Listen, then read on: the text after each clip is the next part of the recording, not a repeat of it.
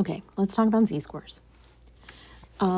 In order to talk about them, you need to know what they are. All Z-scores do is count standard deviations, and they tell you which side of the mean you're on.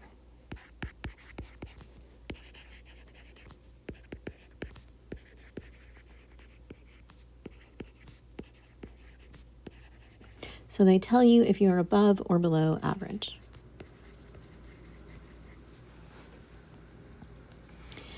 If we put this on a number line, I love number lines. And we put the mean in the middle. I'm just going to use words for now. And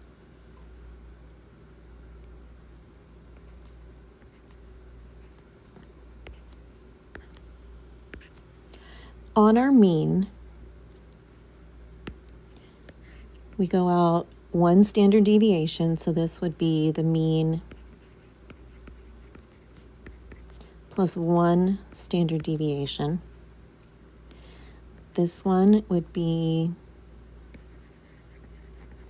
the mean plus two standard deviations. And the last one would be the mean plus three standard deviations. Going the other direction, you've got the mean minus one standard deviation, the mean minus two standard deviations, and the mean minus three standard deviations. Now that's a mouthful. It is a whole lot to say the mean plus 2 times whatever the number for your standard deviation is. So they came up with a shortcut. And Z-scores are those shortcuts.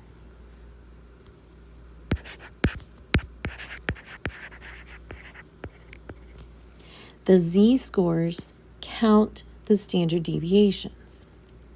So for each of these chunks, I need to rewrite one of them.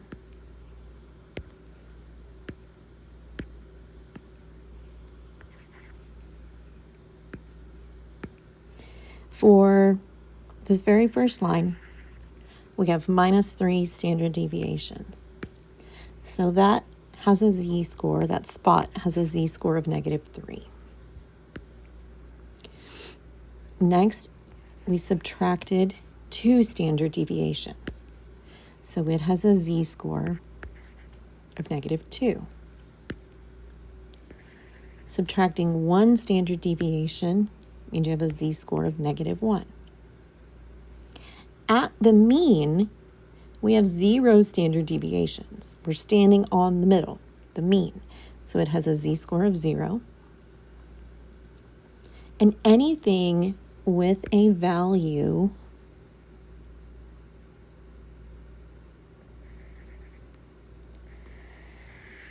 from 0 and below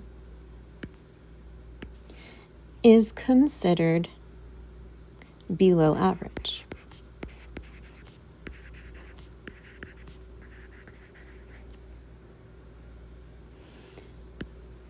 When we go and look at the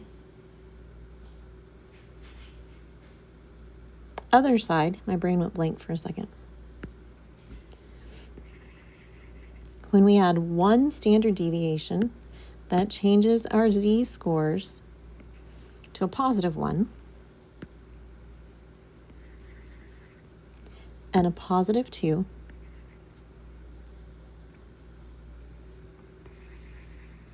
and a +3. That's not right. And because these are above 0, they're all positive numbers, These are the values that are above average.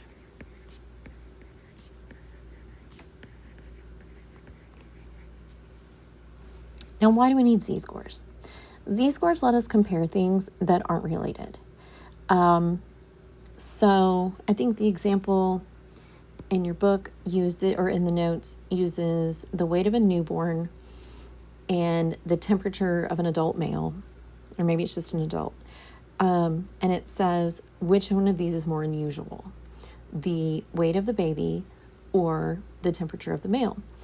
And those two things have zero to do with each other. And we can't compare them because they don't have the same standard of normal. So the Z-score allows us to compare the temperature to all other temperatures and that weight to all other weights and see which one is weirder in that category. So if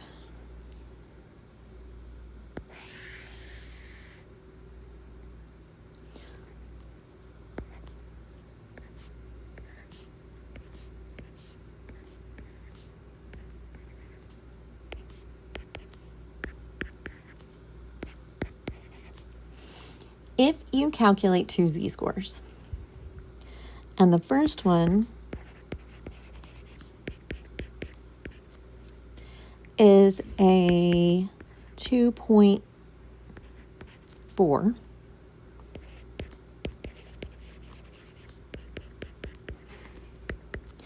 and the second one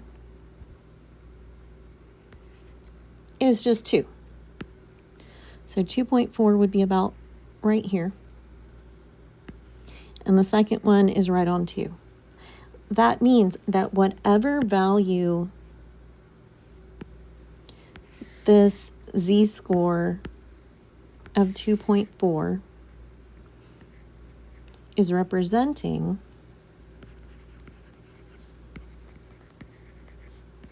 is more unusual than the other one.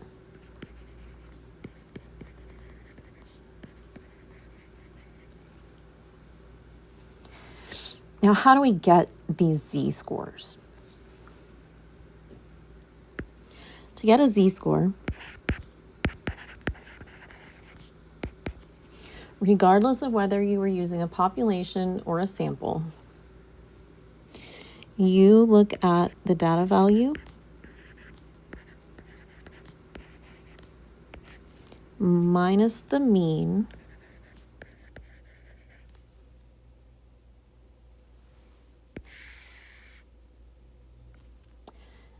divided by the standard deviation.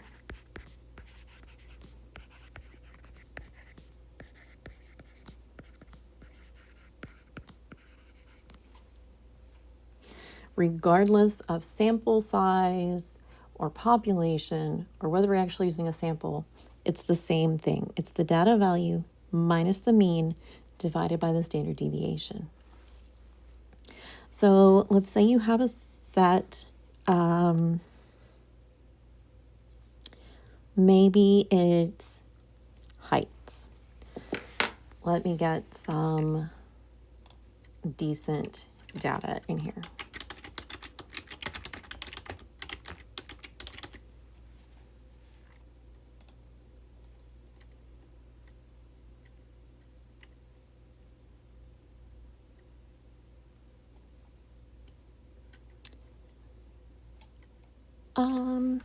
Let's say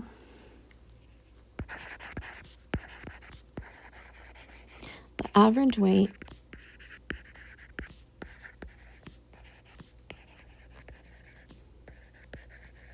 for a Labrador Retriever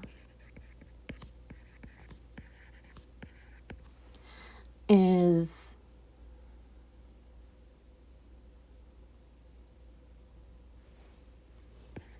63 pounds.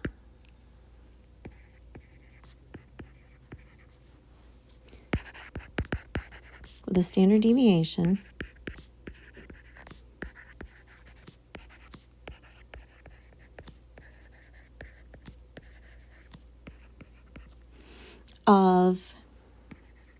3.2 pounds.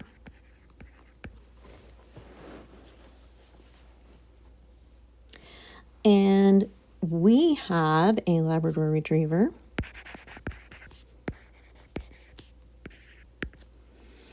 that weighs 75 pounds.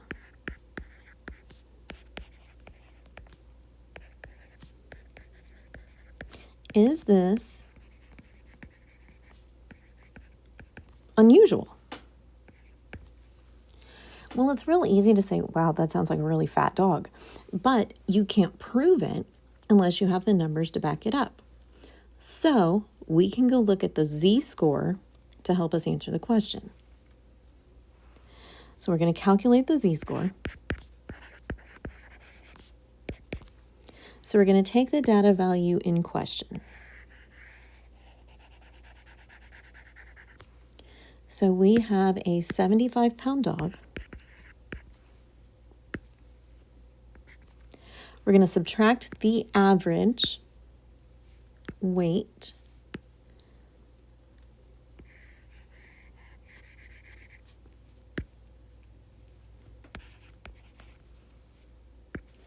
and then we're going to divide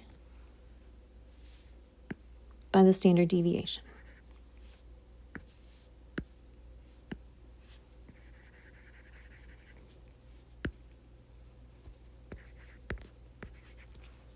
Now this is definitely a Desmos thing.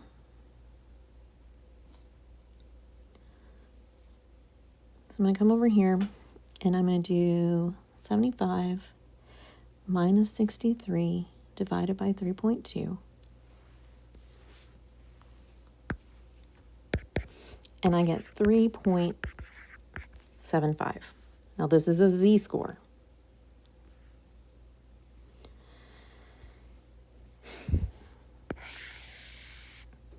So if I put this on my Z-score line,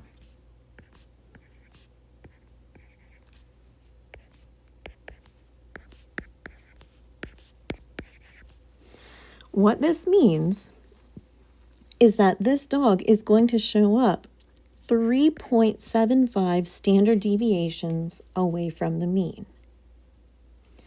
Well, remember 0 is the mean, and each of these chunks is 1 standard deviation. So this dog is sitting way out here at 3.75. Well, that's great, but how do we know if that's unusual? Oh, man. So, normal is considered anything within 2 standard deviations of the mean.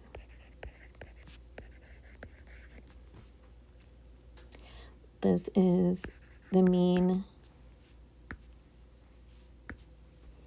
minus 2 standard deviations and the mean plus 2 standard deviations. A Z-score of -2 and a Z-score of +2. As soon as we jump outside those values,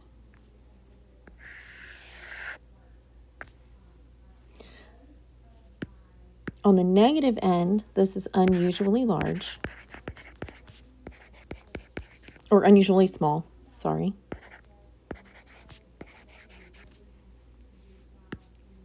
Above 2 standard deviations, or above a Z-score of 2,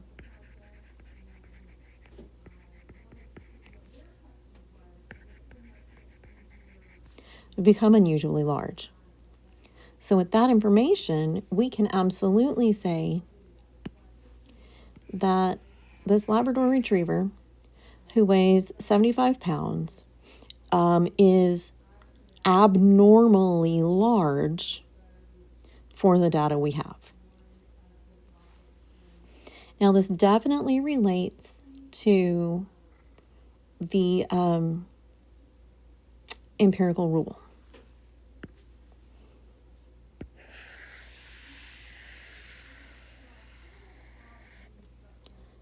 I draw my empirical rule and try to make it sort of symmetrical.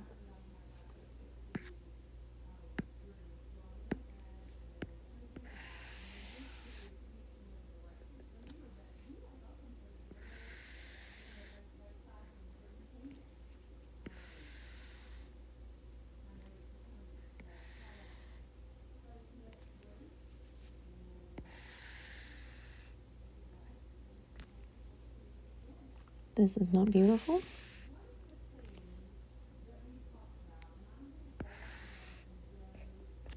But it's close enough. Remember, the mean is always in the middle.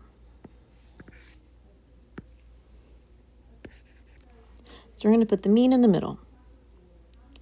Then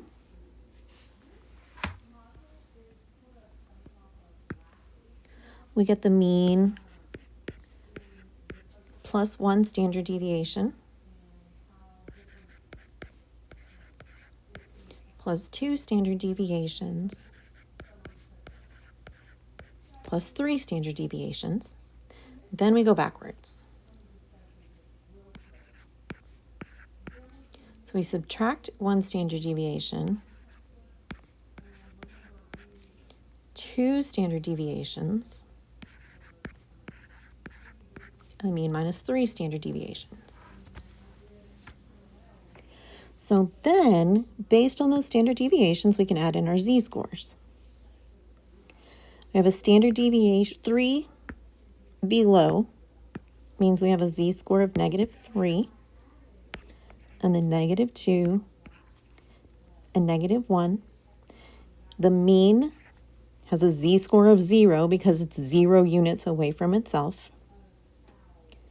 Then we add 1 standard deviation, 2 standard deviations, and 3 standard deviations.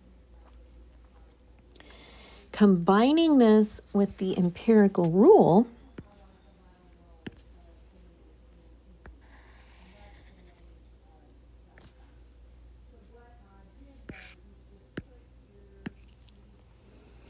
that means that 68% of the data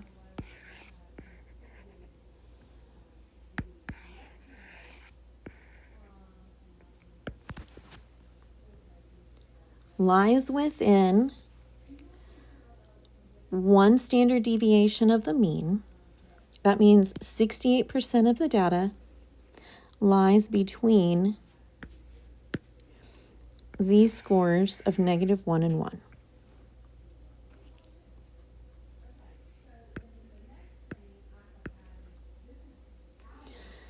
If we go out a standard deviation,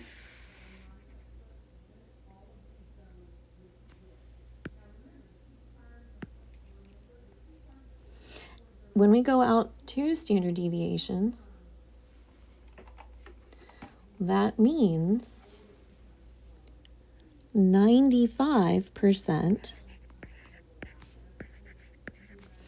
of our data lies in that area. So it's going to go from a z-score of -2 to +2. And anything within that range is normal.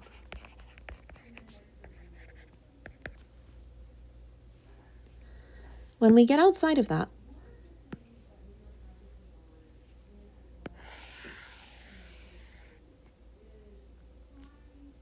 so we go from -3 to +3 standard deviations.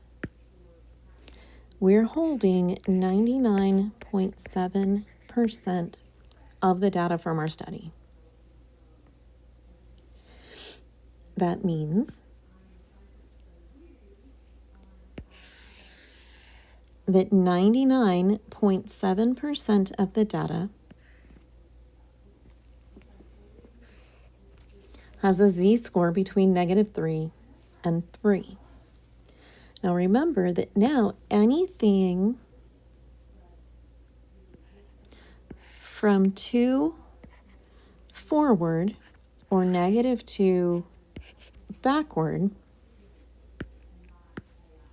is unusual.